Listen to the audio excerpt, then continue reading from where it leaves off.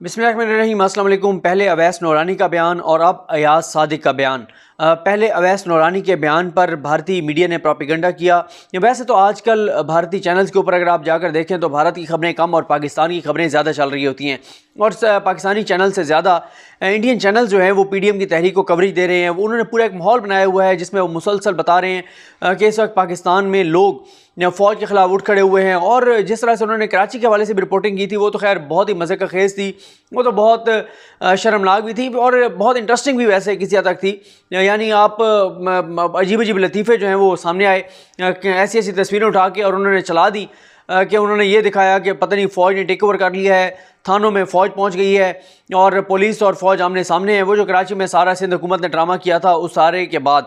اب یہ ہوا کہ جیسے میں نے آپ کو بتایا کہ اویس نورانی کا جو بیان تھا جس میں انہوں نے کہا کہ بلوچستان کو آزاد ریاست ہونا چاہیے، اس پہ بھارت نے کہا دیکھیں آپ تو خود وہاں کی اپوزیشن بھی کہہ رہی ہے کہ بلوچستان کو آزاد کر دینا چاہیے، گو کہ یہ جو اویس نورانی اس کے بعد وہ وضاحت انہوں نے دی، لیکن وہ بھی بڑی بھونڈی سی تھی۔ اس کے بعد اب ایاز صادق کا اسمبلی کے فلور پر ایک بیان ایسا سامنے آیا جس کے اوپر بھارت نے فوراً ٹرانسمیشن شروع کر دی، فوراً انہوں نے اس کے اوپر جناب پوری کوریج شروع کر دی، فوراً اپنے اینالسٹ بٹھا دیے، اور وہ ایاز صادق کا بیان یہ تھا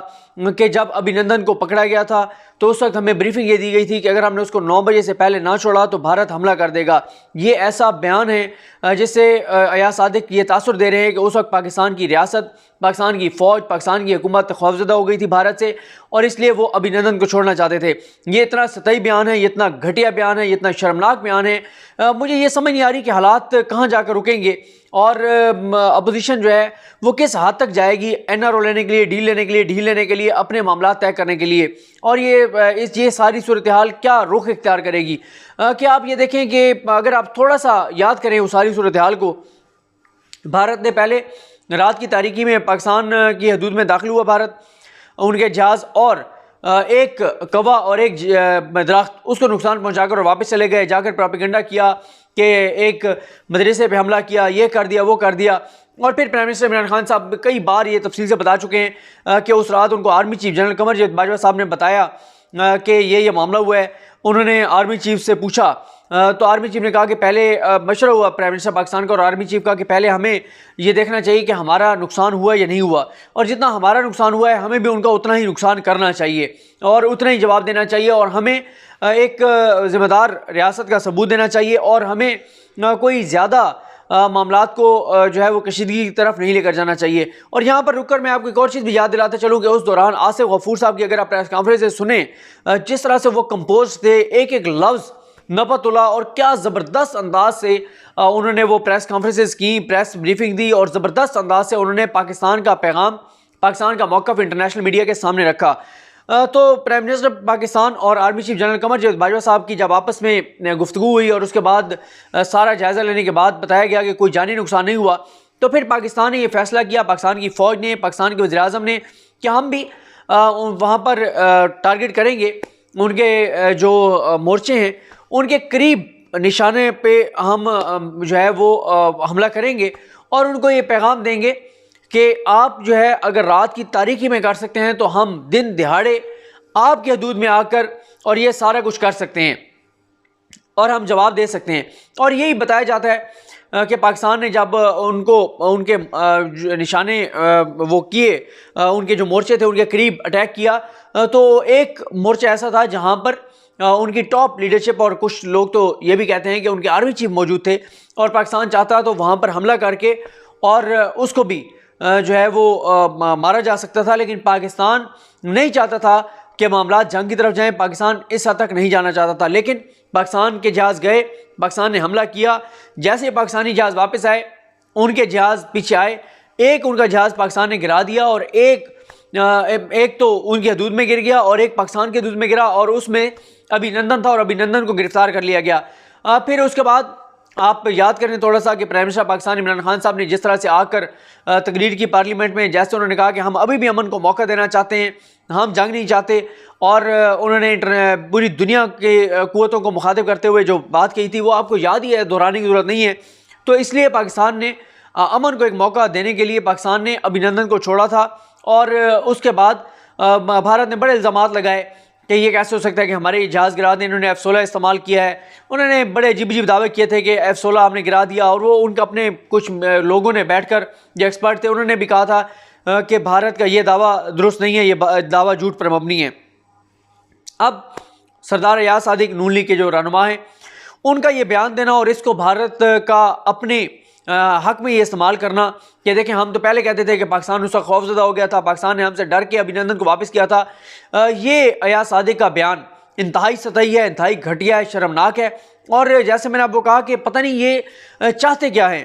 کہ یہ ریاست کو بلیک میل کر رہے ہیں۔ دوسری طرف محمد زبیر کہتے ہیں کہ معاملات جتنے زیادہ آپ اچھالیں گے آرمی چیف کو نقصان ہوگا۔ وہ کہتے ہیں DGI-SPR نے میری اور آرمی چیف کی ملاقات کے حوالے سے آدھا جھوٹ اور یا آدھا سچ بولا ہے۔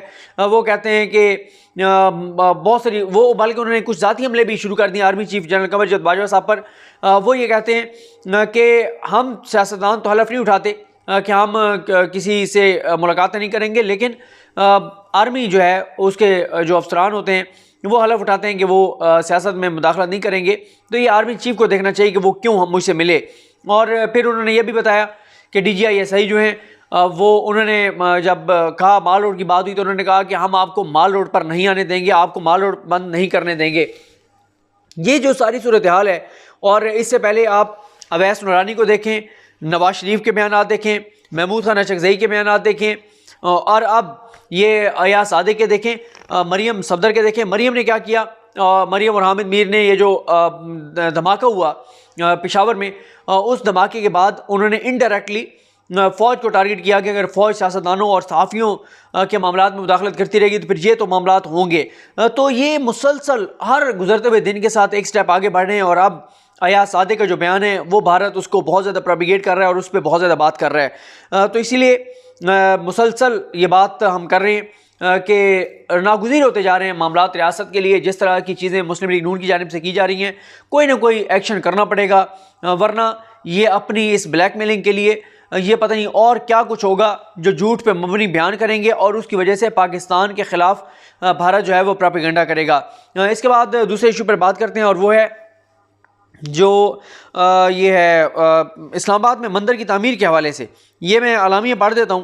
یہ بھی ایک امپورٹنٹ میٹر ہے۔ ایک طرف بھارت جو ہے مودی سرکار، دہشت گرد مودی اور وہاں کی سپریم کورٹ وہ کیسے وہاں پہ بابری مسجد کی جگہ مندر کی تعمیر کی اجازت دے رہی ہے، کیسے وہاں پہ دہشت گردوں کو بری کر رہی ہے۔ دوسری طرف پاکستان کی اسلامی نظریاتی کونسل نے ایک اچھا جو ہے ان کا ایک موقف سامنے آیا ہے۔ یہ پاکستان میں مندر کی تعمیر کے حوالے سے آپ کو پتہ ہے کہ کنٹروورسی ہوئی تھی، اور اس کے بعد اسلامی نظریاتی کونسل کو یہ معاملہ بھیجا گیا تھا۔ تو اسلامی نظریاتی کونسل کا موقف آپ کے سامنے رکھتا ہوں، لیکن پاکستان میں ٹھیک ہے اس وقت چند ایک لوگ تھے جنہوں نے یہ کیا، اس وقت بہت زیادہ اس کو ایشو بنا دیا۔ صرف ایک چیز ہے جس پہ اسلامی نظریاتی کونسل نے کہا ہے، اور وہ یہ ہے کہ سرکاری فنڈ جو ہے وہ مندر کی تعمیر کے لیے یا کسی بھی غیر سرکاری عبادت گاہ کے لیے نہیں دیے جا سکتے۔ باقی جو انہوں نے چیزیں کہیں وہ میں آپ کے سامنے مختصر بتا دیتا ہوں۔ نمبر 1 یہ کہتے ہیں،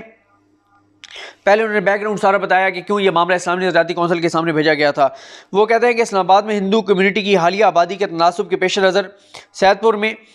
واقع قدیم مندر اور اسی کے ساتھ دھرم شالہ کو ہندوؤں کے لیے کھول دیا جائے،